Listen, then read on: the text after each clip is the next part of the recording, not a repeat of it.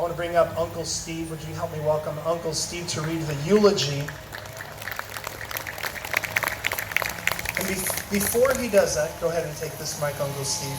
I want to point you to the back of the program and try to buy us some time so they can be quiet back there. But listen, today will be a mixture of joy and sadness, and that's okay, like I said earlier, right? That's all right. As Marie and I were sitting in her living room, just thinking through this service, she showed me a journal that she found of Laura's, and on there she had penned down this bucket list with her own hands. So would you look at this real quick? I'm going to read this through, and it can be both sad and also happy. Sad because we're mourning over the loss of such a young woman, right? But also, I want to encourage you to maybe take one of these and do it in her honor. Maybe you will want to fulfill this bucket list, or at least a couple of those, and remember her in so doing. So, with her own hand, she wrote that she wanted to travel to Europe. She wanted to skydive, and to get the newest phone, which she did, and to bungee jump, which Marie said, I will never do that. So thank God she already did that and crossed it off. She wanted to learn to ballroom dance, to tango, finish her tattoos, watch 16 Candles. That's an easy one. You can do that tonight. She wanted to go on a cruise and learn to do a handstand. Go to Sunken City, which she did. Go to Six Flags. I'm assuming she wanted to buy a corn from the corn woman, and she did it. Go to Roscoe's Chicken and Waffles, which again, you can do after this incredible service, and remember her. Just be careful, they will give you attitude at the restaurant. And she also wanted to, this one I did not know what she wrote, so I think she put girl. I tried to understand what the word was, so my best interpretation is that she wanted to have a girl, and she wanted to read this girl a bedtime story, or maybe the girl was her friend. I don't know. Maybe one of you knows what she meant. And Sean, she wanted to go to your wedding. She wanted to see the pyramids, the Great Wall of China, the Aurora Borealis, and to go scuba diving and to get a license for that. So again, I encourage you, maybe you feel inspired, maybe one of those caught your eye, your heart. I would encourage you as a memory of her to go ahead and do one of those things and celebrate her life. Go for it, brother. I've been asked by the family to read some words that Manny put together about Laura. A little closer? A little closer.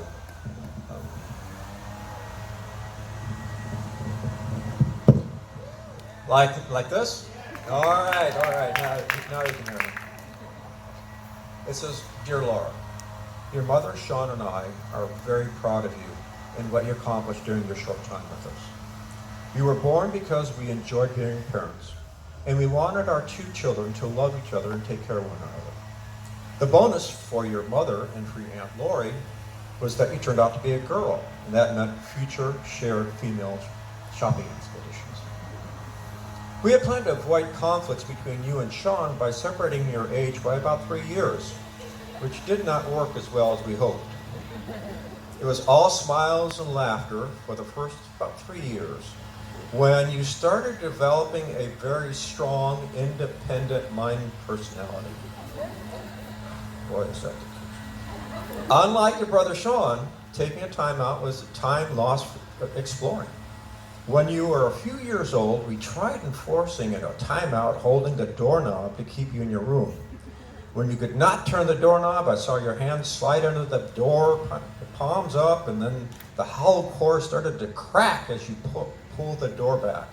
My shocked response was, "Hey, stop that!" In a doctor's waiting room, when you were about 5 years old, you noticed two sitting young men. So you walked by them and dropped a piece of paper and looked over your shoulder to see if they would pick it up, which of course they did. A shocked woman in the waiting room said, "Did you see that? I can't believe it." Your mother took that as an omen that your life would have many surprises for us. I want to thank Manny for making the big print for me. At age 6 or so, You preferred pulling a wagon with Sean in it rather than letting him give you a ride. I was I was proud when you towed him around the perimeter of Lakewood High School, since it was like watching an ant give a wolf a ride. You were 16 when you wrote the following letter, and of course their high school request was granted, and your final paper was brilliant. These are the words she wrote. Dear School Program Administrator, your Roaring Twenties project position, which is one of Lakewood High School's honored traditions, is a good fit for my personal historical fascination with this time period. For the last 3 years, I have been a member of Lakewood High School student body. I have acquired new techniques in creating research summaries of different topics. To feed my passion for history, cooking, and science, I read and listened to the TV shows related to those interests. If you like a unique and inspiring summary poured on this Roaring Twenties, then you will want to give me this task. Thank you for taking the time to read this. And it said, sincerely, Laura Sardina. You can always love to read, and your mom and I love sharing books with you. You always develop the strong writing skills through your journaling to help you pursue and track your goals. You introduced us to books that we would otherwise never have been exposed to, such as The New Jim Crow by Michelle Alexander and Sphere by Michael Crichton, which you said are the best description of gravity. I remember when you accidentally discovered your passion for cooking when watching a TV food channel describing spices and how to use them. 8 hours later, your mother and I checked in and found out you're still watching the same channel. Mesmerized. It seems that you squeezed 50 years of life in the almost 26 years by exploring the culinary arts of different cultures within Long Beach, Huntington Beach, and Newport Beach communities. And by being addicted to the power and speed of motorcycles, where's my kids at? Barely avoiding death on 2 occasions. The resulting metal rods, plates, and screws presented a challenge with respect to maintaining your physical fitness regime, but you always managed to power through it. Everything was coming together with your dream of becoming a psychologist at a 4-year degree, and someday opening an office to help others with the same mental struggles that you had to deal with. You had just begun cognitive therapy for memory loss due to brain injury from your last accident, and you just received money from your insurance settlement for the same accident to support your dream of having a car and a place to live close to the beach, and also taking these online courses for your career.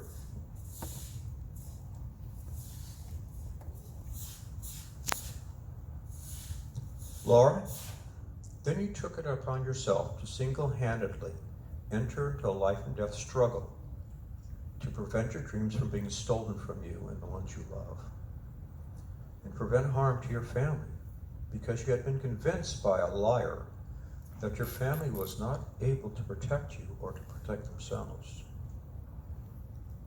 We are comforted in knowing that vengeance belongs only to Jesus, since he is pure and his actions will be just with no stain or sin. Nothing can hide from Jesus, since he knows every thought and action in the present, past, and future. Our only role is to take his hand and to love him. I believe that hate destroys a soul from within and leaves no room for love or hope. Laura, your family misses you terribly already, but we know that you are with Jesus. You will never feel pain again. We know that you will see you again when we also leave our bodies. Until that time comes, we will miss you and the wonderful sounds of a piano playing on a lazy morning while cuddling up to the Bible or a good science fiction book. Or we'll miss your smell of your fresh pastries from the oven, and your beautiful smile and your wonderful laugh. Love always from your mom and Sean and Dad, and the hundreds of relatives and friends that you have all over the world.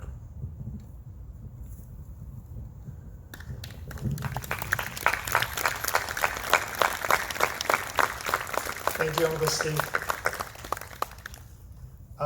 At this time, I want to invite Laura's brother Sean to come and give his remarks.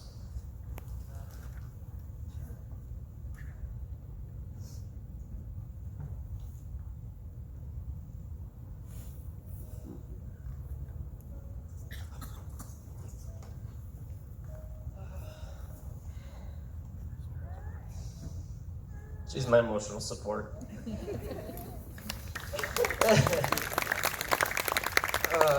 Hearing yourself talk is weird.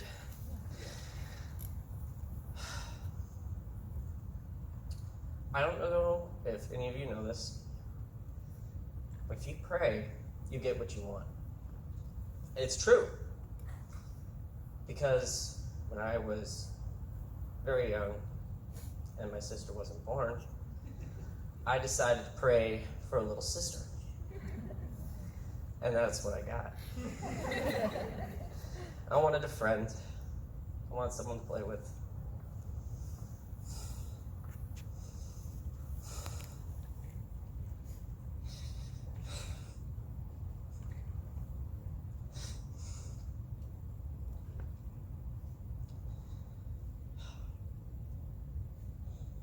When I walked into the room after she was born, my mom still had the baby bump,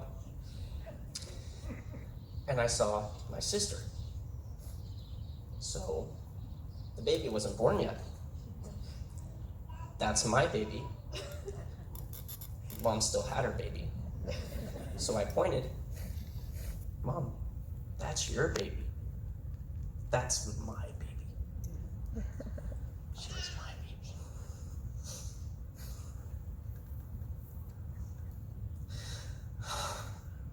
That's the hard part. Now first for some fun. Because my sister loved to pull some antics. You know her.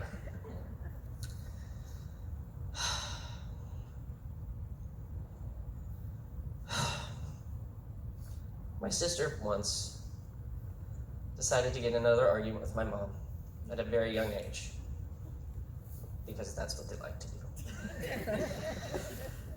And I decided that, knowing my sister, she was a very serious person. So when she said she was leaving, and she was like 6, and she packed up her little pink suitcase and she went out the door in the middle of the night, she was serious. She wasn't gonna come back. My mom was like, no, she'll come back. And I was like, no. She's serious. She's not coming. She's heading for the bus. She's not coming back. She was. She was 100% ready to go on that bus and get out of here, go find someone else that could understand her, you know. So I went out there and I convinced her to come back. But that's my sister, you know, trying to, you know, wrestle around with her on just her ideals is difficult. Was difficult. And she made life interesting, to say the least. When I was in elementary school, I went to school, had my math homework the first night, opened my backpack, my math homework's not there.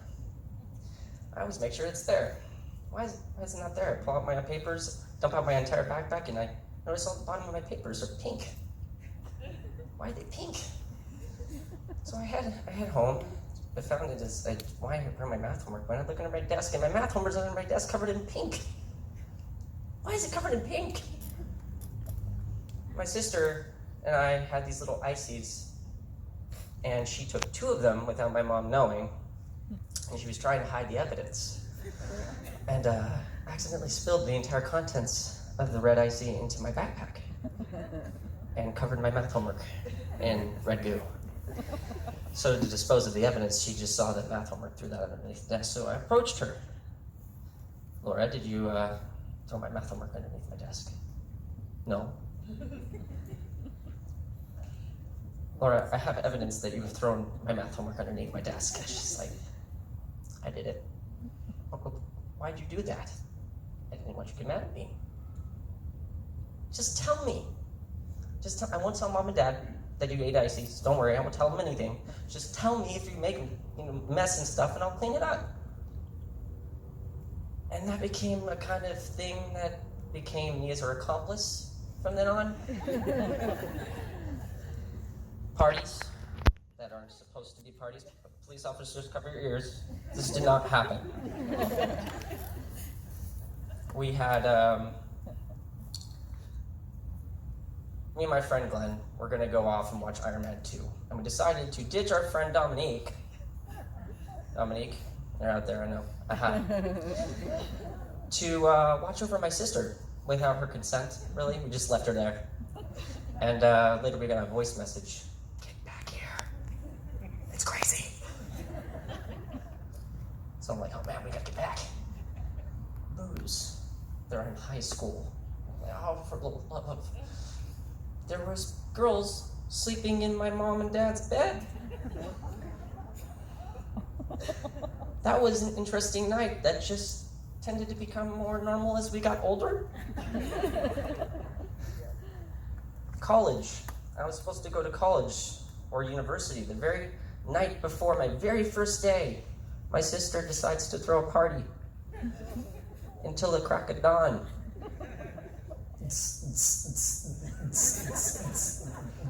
Guys, I need to go to bed. Oh wait, no, we're gonna clean up in a few minutes, Sean. I'm gonna sit, get it out. Oh, well, we can't. Why not? Well, your sister's still, I can handle my sister. Well, also there's a guy sleeping in your sister's bed. He's this giant. What? I'm not sleeping alone with a giant. Get him out of here. Well, I don't know how to get him out of here. Just grab his legs, grab his head. Get it. Two of you pendulum out. Throw him in your car. Take him home. I don't know who he is. I don't want sleeping here. She'd throw a party and she said, don't. Come on. No, come on. No. God knows. So, many of you, if you do these parties or other things, met me in the garage. That's where I lived. There's a computer. I was happy there. You'd walk in, I'd meet you, and then you'd leave. This is how I met people.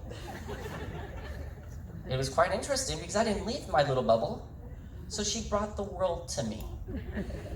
And I appreciated that in a way. Because I didn't want to leave my little safety bubble, so she popped the bubble by bringing people and dropping them on my lap. And she knew how to bribe me, too. Oh yeah. Sean, I want to party tonight. That's nice. New. We need the garage. New. We're gonna play video games. Okay, almost there. We'll give you food. All right. Bribery. I'm in. So, that's how it usually went with me. Because my sister would pop my bubble, she'd push me. Sometimes physically. So if you're afraid of heights and you're standing off on the edge of a boat in Hawaii, and you're really young, and your tiny sister is no threat to you, as you stand over the void and freak out, you get Spartan kicked by your sister from behind. I don't want to go. I don't want to go. Just go. Boom. That's my sister. That's who she is. I used to tell her stories, though, just like I'm telling you guys stories about all the stuff that I do. And I kind of didn't have a lot of stories. She had plenty of those stories. But when she was sick, I would take care of her because she knew how to manipulate me. Act all sad and cute, and I'm just like, oh man, I gotta help her. I'm sick. So I would read from my mind entire movies because I would watch them continuously until I actually memorized every line. So one night I actually recounted Ice Age, the entire movie, until she fell asleep, which is some of the stuff that we did. But I got the idea from my dad. My dad used to tell us bedtime stories about a magic lamp and two kids, a girl and a boy. They go on these magical adventures. So I would tell her magical adventures of a girl going on adventures with magical powers and all sorts of cool stuff. She loved it. I was good.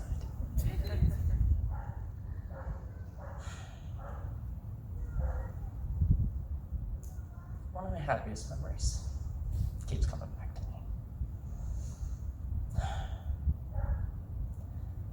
is Has to do with sleep, one of my other favorite things to do. And she loved to interrupt that.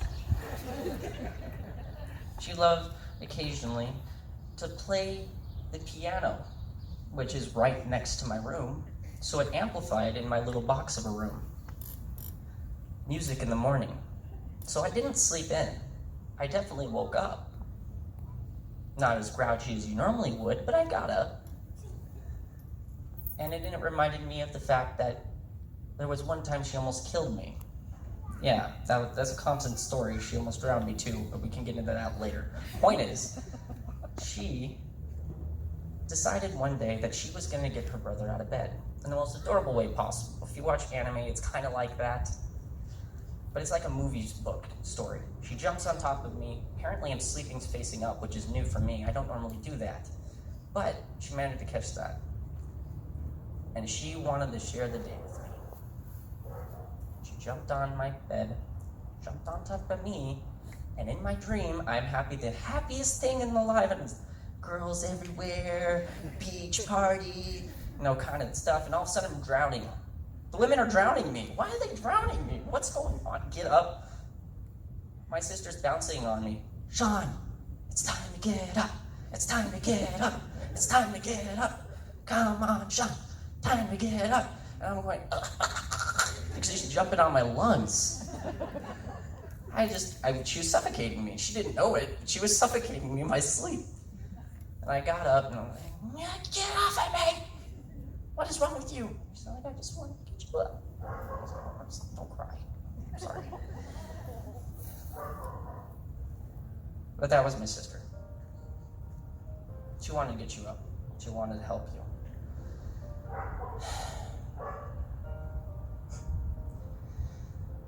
I tried to write something that I learned from my sister. And she lived her life without any regards to time. She never thought about we're going to be here forever. So she lived it like she had no time left. And I was happy for that. So I want you guys to do me a favor. Not only live your life like it's never tomorrow kind of stuff, but enjoy today. Today's not only her funeral, today's her birthday. And she always had fun on her birthday. So if you want, go out, have a drink on her. Because I know she would be there right with you. Thank you.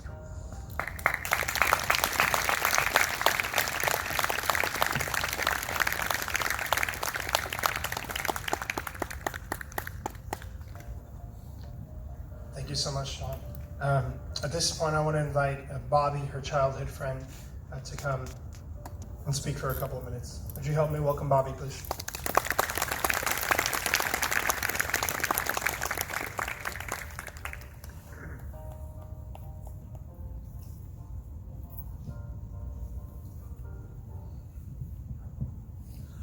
Hi, I'm Bobby. I went to high school with Laura. And I wrote down everything I was going to say because I'm not much of a public speaker. When I get up here, everything just kind of goes out of my head. So, I've known Laura for a little over a decade now. Shortly into that 10 years, we went from being strangers in the same circle of friends to something incredibly special. With every interaction we had, we realized that even with what seemed like major differences on the surface level of who we were, when the deep cut showed, we were very similar. And when she found out I was an artist, she put so much love and support in everything I could do, she even gave me the courage to go across the country to art school. We were drawn together through a series of our own personal issues and events that at times could be so daunting that all I wanted to do was just be done with everything. And at the lowest point in my life, Laura took the time to notice these things I had hidden from everyone, and we talked. And when we couldn't talk anymore, we cried. And that went on for a couple hours, and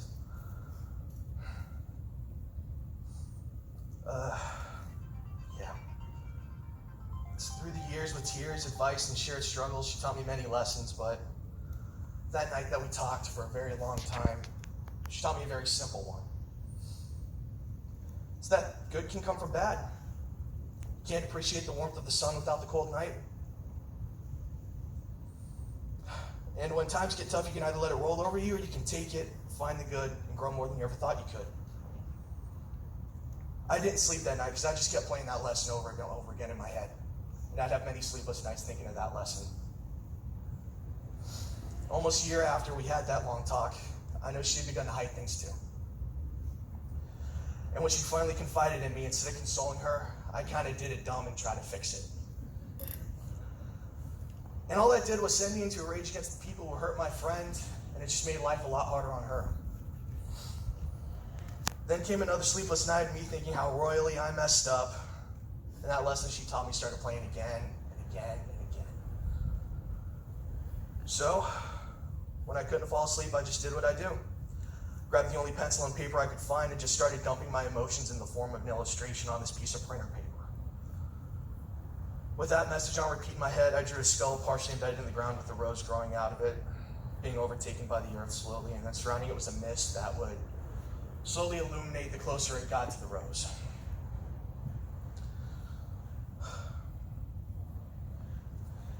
The next morning, I gave her the drawing and a note apologizing, explaining, and just letting her know how much that talk we had almost a year ago meant to me. She didn't need the note. She took one look at it, instantly knew what it meant. She teared up and gave me a bigger hug than I thought such a small person could give. The years go on by, and with many adventures, misadventures, distance, hospital visits, accidents, joy, despair, highs and lows of all caliber, we remain close friends. Even when I pushed just about everyone away through alcoholism, she stuck around and played a part in my life and helped me out of that pit.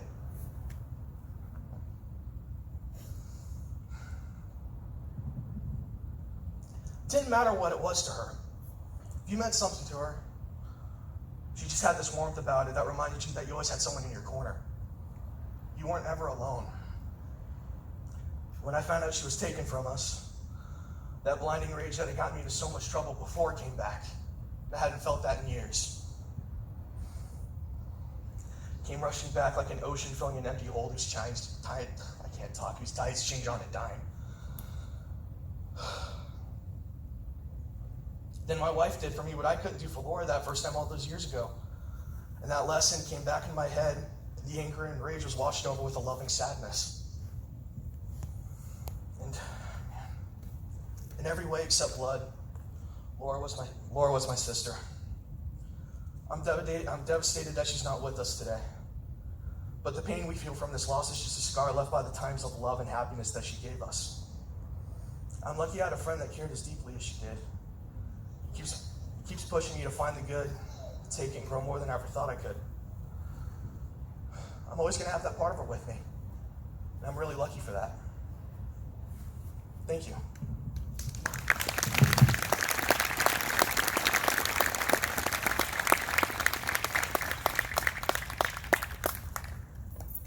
Thank you, Bobby. At this point, I want to invite Shayna up to share. She's another friend of Laura's.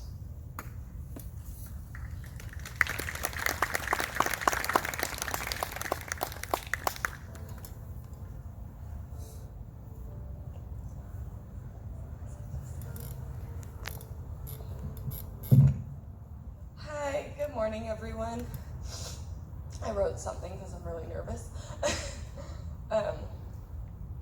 We're gathered here today to celebrate the life of Laura Elizabeth Sardina. For anyone who doesn't know me, my name is Shayna, and Laura was my best friend of 22 years. Laura was such an incredible, fun, loving woman.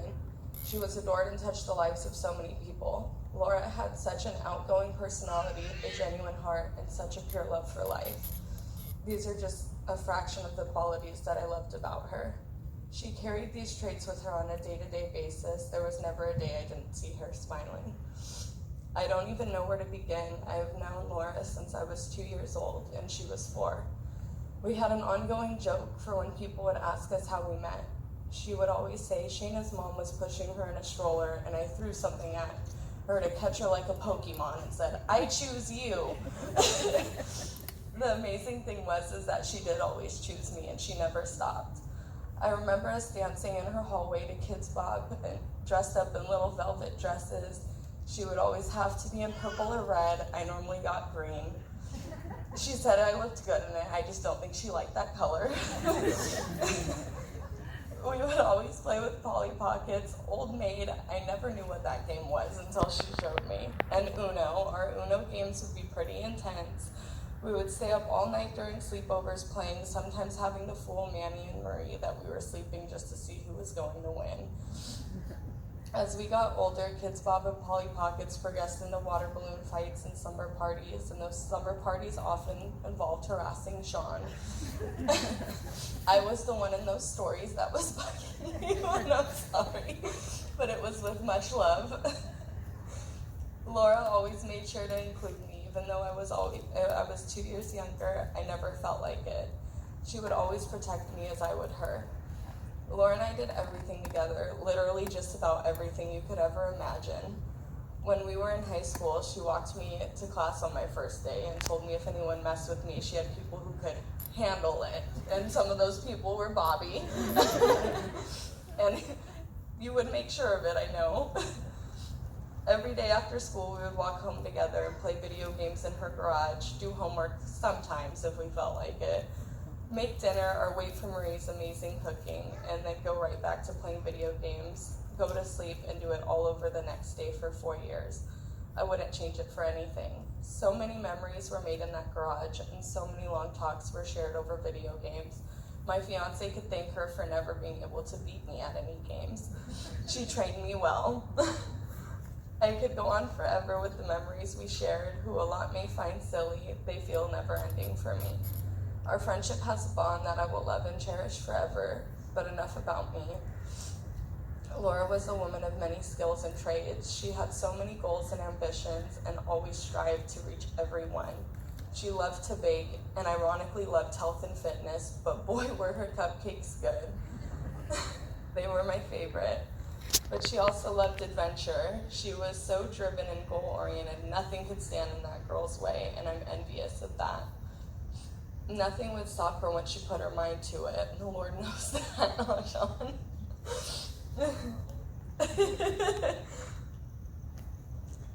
It was kind of incredible. She was always so motivating and happy. There would never be a time that she wasn't smiling. Her smile was contagious and could light up a room. It was so beautiful and radiant. There are so many things that I envy about Laura. She was so talented. The way she played piano was so elegant and beautiful. I remember waking up to it almost daily, living across the street. That's how I knew she was home to go bug you guys half the time. There wasn't anything she wasn't capable of. She even, when she got married, she found a wedding dress for under $100 and looked like she was worth millions. She was absolutely stunning. She was always so humble and peaceful. I guess that's where we balance, because if any of you know me, I'm the complete opposite. But hey, I guess that's why they say opposites attract. We balanced each other so perfectly, it's like we had it down to a science. She was more of a sister to me than a best friend, and always will be. I mentioned the bucket list, but I guess we already know about that, but there's some things on there that you guys might not know about. It says there's a bucket list that she made not that long ago. She had so many goals she wanted to reach, others not so much. I would like to share some of those things with you guys in hopes that if you ever do them, that maybe you could do them with her in your spirits so she could live through you. She always wanted to get room service delivered to a fancy hotel room and eat in the robes that they give you, and then steal one. She wanted to go to Catalina and stay in the nicest hotel. I think it's called the Avalon, if I remember, which I plan on going to ASAP. She wanted to go to Bali and go skydiving. I will never do that. She wanted to open her own bakery and live on the beach, and she always wanted a puppy. She could not stress that enough. So I'm gonna make my fiance get me one. Specifically a German Shepherd Husky mix. I don't know where we'll find one, but the list goes on and on. But my point with all of these things is that her soul and spirit is still so young and free and has so much to give. So if anyone ever does anything adventurous, keep her in your hearts. I know it would make her smile. She is truly one in a million, and I am so blessed that I had 22 years with her. I could go on forever, but I'll try to wrap things up. I will miss her greatly. However, I know that her presence will always be with me and her soul will forever be watching over me. I thank her for being such an amazing best friend and a sister to me and loving me unconditionally. Sorry. I thank her for molding me into the woman I am today. I don't know where I would be without her. Although she'll never be able to meet my son, and it pains me deeply, I know she'll be watching over us. Instead of being his godmother, she will be his guardian angel. And she is gone but never forgotten. Her body was taken from us, but not her spirit. Her soul is still so young, agile, and full of life. I love her so much, and I thank her for all of the amazing years I will never forget. She is truly irreplaceable. She has touched and bettered the lives of so many people, and I will never forget her laugh or smile. It was infectious. It's the way I always want to remember her. Of all the people that she chose in this world, she chose me as her best friend, and I wear that title with honor and gratitude. It was wonderful having her in my life. She made it complete. I thank her for being my partner in crime on this adventure we call life, and I thank her for everything. I love her with all my heart, and I hope that I continue to make her proud. Thank you. You know, we all have pleasant memories about Laura, and I'd like to share several of mine. When I moved down to San Diego, I kept in touch with my family, and one day Marie invited me to a piano recital that Laura was going to be involved in. You know, I heard her practice around the house over the years, and I thought she was pretty good. But that day, when she sat down, here I saw this young, beautiful woman sitting at that piano playing such wonderful music, and I was really delighted by that. You know, to go along with that piano playing, we had a tradition at Christmas time, of which Laura was part of. The tradition was this: we'd go to the Sardina's house, have dinner, and then we'd sing 12 Days of Christmas. Well, Laura's at the piano, and we tried to sing that song as well as we could, and Laura did the best job she could to try to keep us in line. It was a wonderful experience. Those that have been there remember it well. I also remember the times at Lynn and Phil's pool parties when Laura would get on there, Mr. Mike, and read off the bingo numbers. But more importantly to her was the diving contest, because she always won. To me, Laura shined the best when it came to her baking. You know, she had taken classes through the junior college, and I don't know how she started it, but she went as soon as she got into it, she just got into it. She could have easily made a career out of baking. In fact, it was wonderful for her sweet-toothed Uncle Steve to come on over and sample all those delicate delights. And as someone mentioned, the cupcakes. But what really mattered to me, and you've heard the stories about Laura,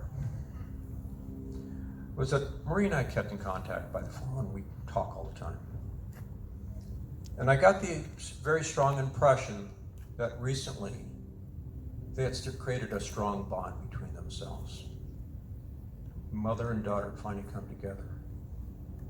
And to me, that's probably the most important thing, because one of my kids is here today, and we know how much we love them and how important in our lives they are.